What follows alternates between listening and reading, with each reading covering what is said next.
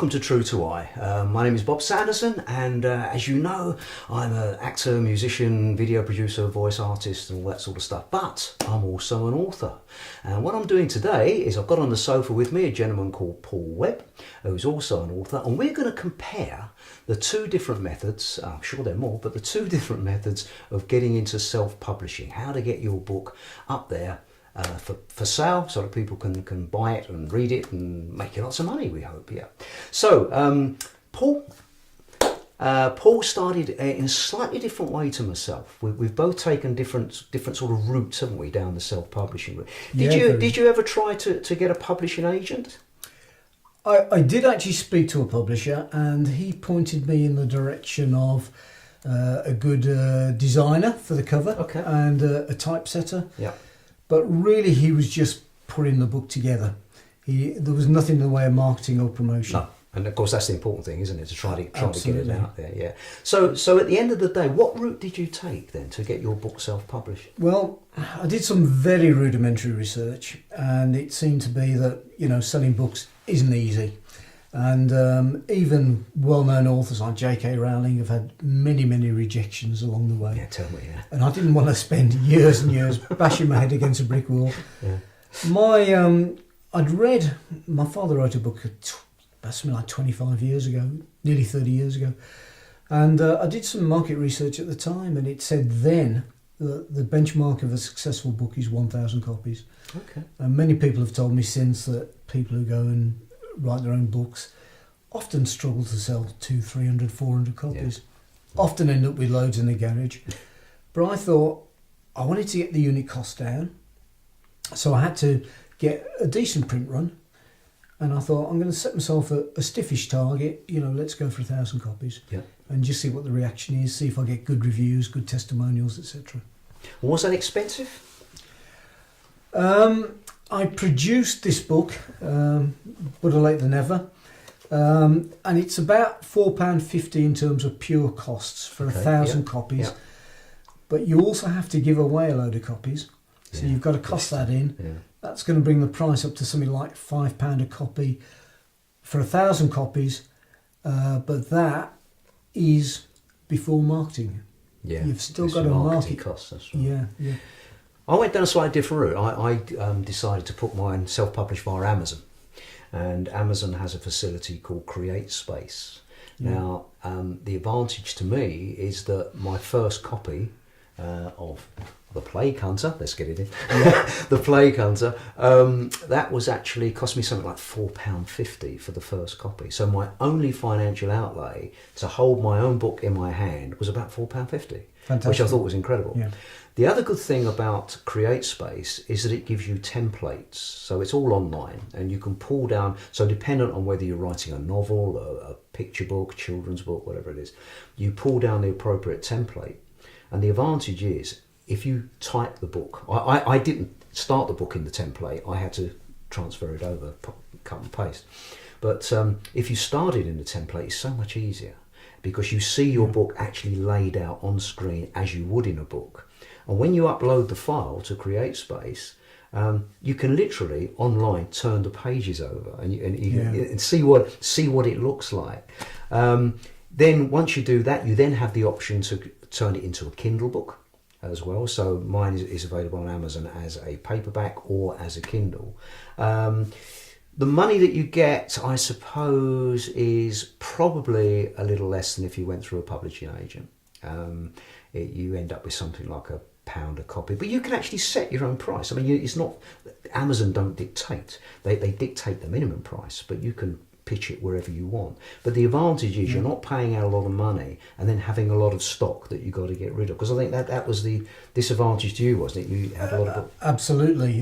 It's very easy to print 1,000 copies and be left with 500 in the in the garage, in which case you don't make any money at all. Yeah. You do get a discount with Amazon if you're buying them yourself.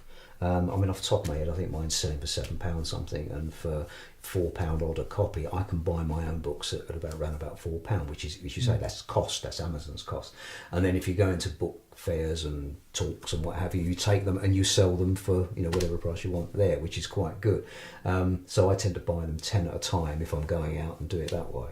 Yeah. But I've found that the Kindle book probably is selling more than the paperback, because a lot of people, buy it, and it's cheaper as well, obviously.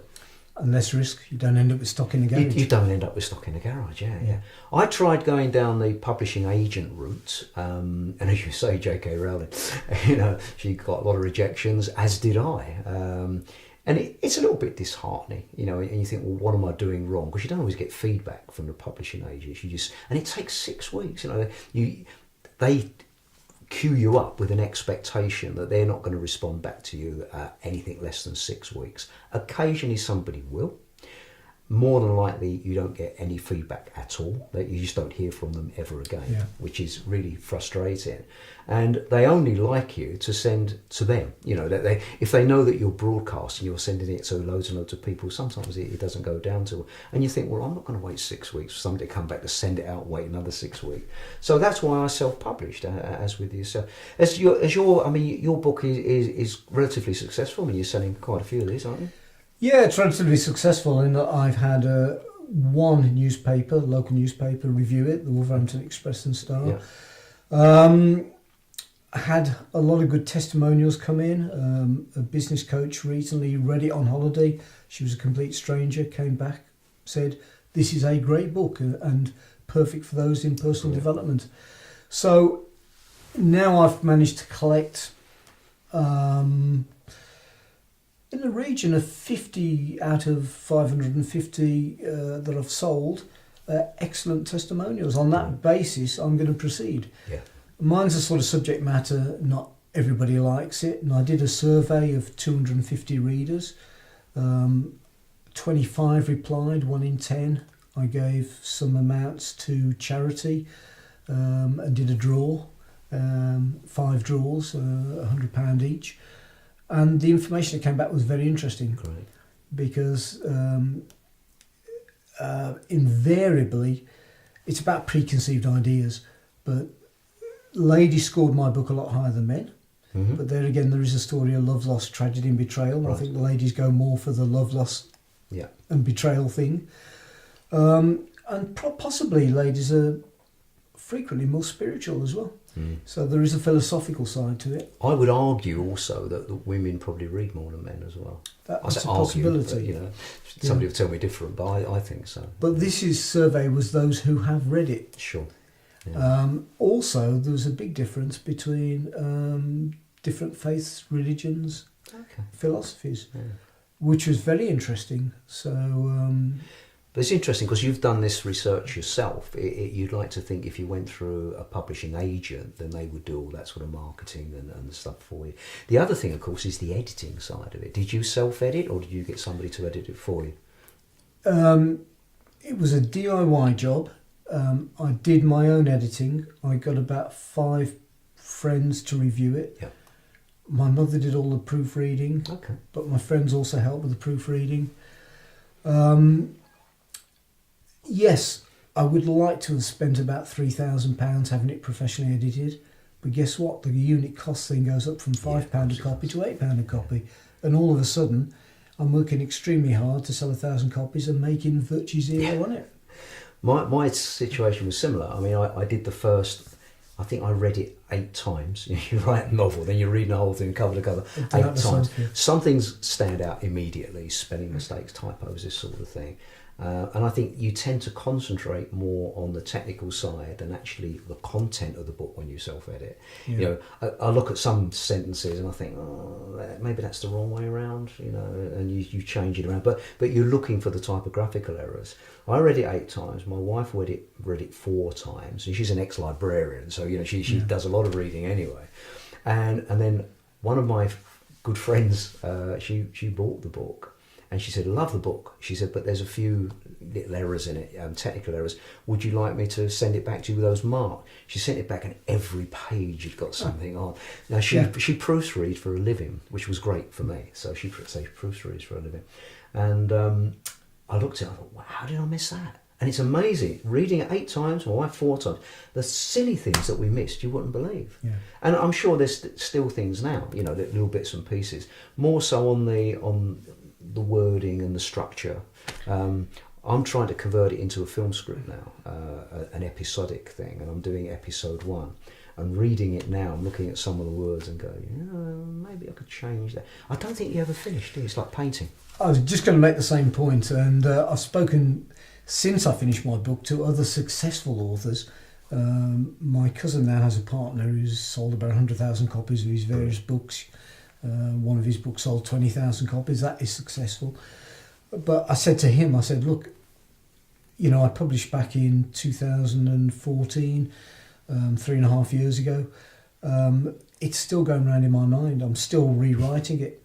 And I know now that I could write the book better than the first time. But I think every author thinks that. Oh, and even if you looked at a Shakespeare, I'm sure his first play was nowhere near as good as some of his later plays. You gain in experience, but you have to start somewhere, don't you? I think it's also a dilemma as to, do you keep working and reworking, or do you move on and do something else? In terms of the next book, is it going to be a better book? And I find that very much a dilemma. I'm writing a sequel to The Plague Hunter, which is a 17th century serial killer book. I got involved with that because when I was doing theatre and education as an actor, one of the shows I was doing for the kids was The Great Fire of London. I thought, wow, what a great subject. And I got really hooked into the subject matter. Did a lot of research for the show, and I thought, I bet I can write an adult book about this. Having done the one, having had good feedback from people saying, when's the next one? So the next book literally starts the day the other one finishes. I would do it the same, I think. I would still do it through CreateSpace and Amazon because it's an easy process. I think also I would try to get a publishing agent as well. And I don't think Amazon prohibits that. I think you can still try to send it out to publishing agents. Would you use the same process again, or would you do something different? I think, Bob, I'd like to try something different, and CreateSpace sounds like a good idea. I'd like to go around publishers now and say, look, I've already got one book out. I'm writing the second book now. And really compare and contrast then at the end of it and say, well, which is the best method? Yeah. The impression I get, and a friend of mine, she's just been very successful. She's had a book deal come through, and it's a 3-book deal.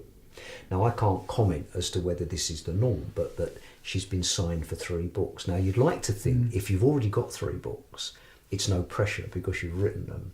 What would concern me is if you go to a publisher and say, right, you've written this, it's taken you all your life to write this one book, we want another 2, and you go, oh my God, the pressure then to write the other 2. So I don't know how that would work. This is why I'm doing the sequel. That will be book number 2. And I've got a children's book I wrote a long time ago in the drawer, whether that counts as number 3. And then say, right, I'll sign with you, no pressure now, the 3's there. How would you feel about that? If somebody said, right, we like the Buddha Late Than Never, but for us to publish that for you, we want another 2 books from you. Well, that would be difficult for me because of my personal circumstances. I qualified as an accountant 35 years ago. I've got a lot of experience as a part-time finance director, and that brings in good money. Sure. So what I wouldn't like to do is to have to be under great pressure to get 2 books out, compromise that, and just ditch new clients. What I'm trying to do is kind of dovetail the 2, so I can write books when I do tend to deal with big projects. So it's feast or famine. Yeah. When it's famine, I can write a book. Yeah. When it's feast, I've just got to concentrate on where the money is. Yeah. And what's your writing style? Are you an organised writer, so many hours a day, or do you just pick it up when you feel like it? Well, having what I call the day job, the part-time finance director work, I've had to just dovetail and integrate the 2.